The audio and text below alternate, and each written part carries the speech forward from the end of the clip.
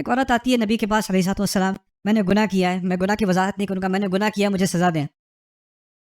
رسول صلی اللہ علیہ وسلم کہتے ہیں جاؤ، بعد میں آنا۔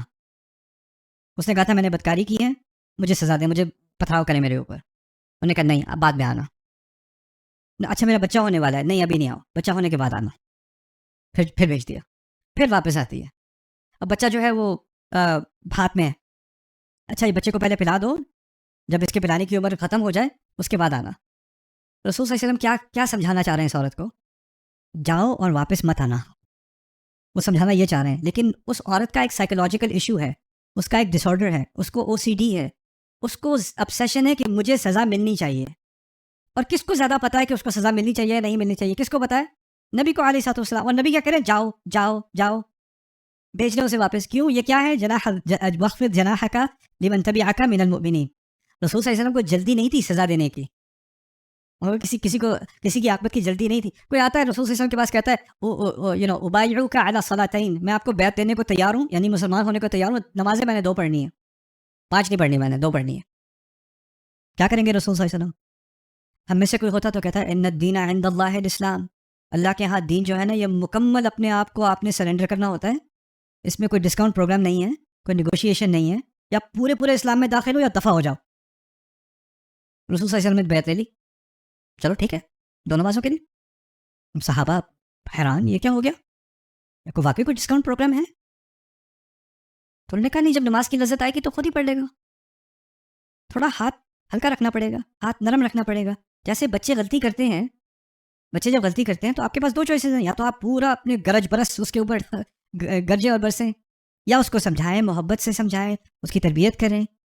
آپ کے پاس آپشنز تو ہیں نا۔ تو یہاں رسول سے کہا جا رہا ہے علیہ الصلوۃ والسلام وخفض جناحک لمن تبعک من المؤمنین۔ اور ہم جب کہتے ہیں نا کہ ہم سنت کے ماننے والے ہیں اپنے نبی کی، تو اس میں کیا سنت ملی؟ کیا سنت ہے جو رسول کو سکھائی جا رہی ہے علیہ الصلوۃ والسلام مومنین کے معاملے میں؟ اگر ان کو یہ سکھائی گئی ہے تو میرا دوسرے مسلمانوں کے ساتھ کیا رویہ ہونا چاہیے؟ ایک عورت آتی ہے نبی کے پاس علیہ الصلوۃ والسلام، میں نے گناہ کیا ہے، میں گناہ کی وضاحت نہیں کروں گا، میں نے گناہ کیا، مجھے سزا دیں۔ رسول صلی اللہ علیہ وسلم کہتے ہیں جاؤ، بعد میں آنا۔ اس نے کہا تھا میں نے بدکاری کی ہے، مجھے سزا دیں، مجھے پتھراؤ کریں میرے اوپر۔ انہوں نے کہا نہیں، اب بعد میں آنا۔ اچھا میرا بچہ ہونے والا ہے، نہیں ابھی نہیں آؤ، بچہ ہونے کے بعد آنا۔ پھر بھیج دیا، پھر واپس آتی ہے۔ اب بچہ جو ہے وہ ہاتھ میں ہے، اچھا یہ بچے کو پہلے پلا دو، جب اس کے پلانے کی عمر ختم ہو جائے اس کے بعد آنا۔ رسول صلی اللہ علیہ وسلم کیا سمجھانا چاہ رہے ہیں اس عورت کو؟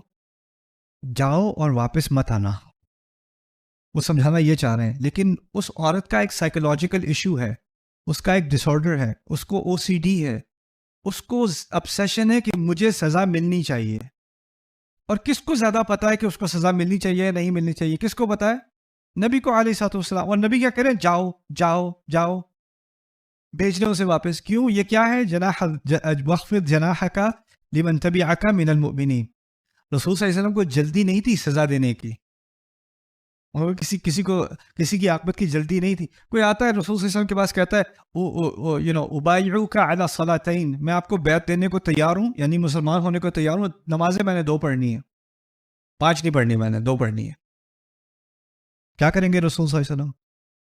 ہم میں سے کوئی ہوتا تو کہتا ہے ان الدین عند اللہ الاسلام، اللہ کے ہاں دین جو ہے نا یہ مکمل اپنے آپ کو آپ نے سرنڈر کرنا ہوتا ہے، اس میں کوئی ڈسکاؤنٹ پروگرام نہیں ہے، کوئی نیگوشیشن نہیں ہے، یا پورے اسلام میں داخل ہو یا دفع ہو جاؤ۔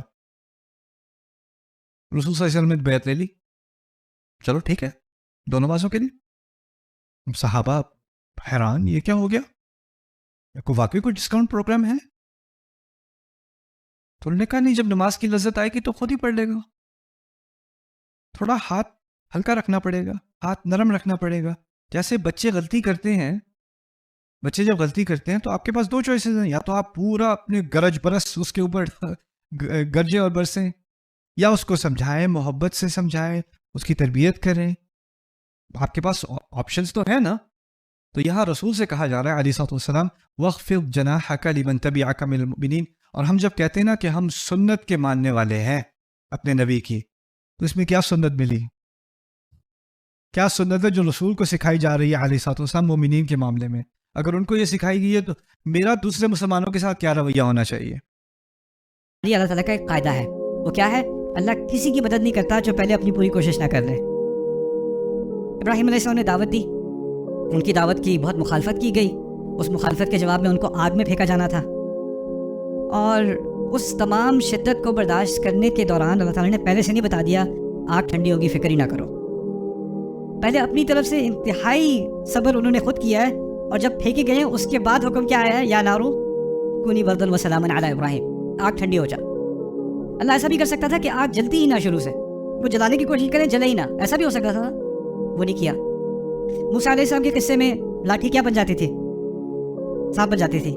میں کہتا ہوں اگر سانپ بنی جاتی تھی اور اتنا ڈراؤنا سانپ تھا اور وہ فرعون کے محل کے اندر موجود تھا اور لاٹھی پھینکی اور سانپ بن گیا ہے، تو مسئلہ ہی کیا تھا؟ سانپ نے تھوڑا سا اوپر چڑھ کے ایک ہی دفعہ تو ڈسنا تھا، سارا مسئلہ حل، فرعونیت کا سارا مسئلہ حل، حکومت گر جاتی، موسیٰ علیہ السلام اسی وقت حکمران بن جاتے، ساری کہانی ختم۔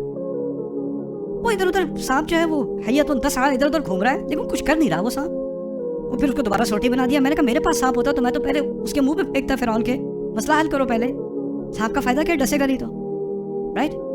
لیکن اگر ایسا ہوتا تو کیا موسیٰ علیہ السلام کی انتہائی کوشش کا پہلے امتحان دیا جاتا ہے کہ نہیں؟ پہلے انتہائی کوشش پھر اللہ کی مدد آتی ہے، پہلے انتہائی کوشش پھر اللہ کی مدد۔ صحابہ بدر میں گئے ہیں، ہماری سیرت نبی کی سیرت میں صلی اللہ علیہ وسلم صحابہ بدر تک پہنچے ہیں۔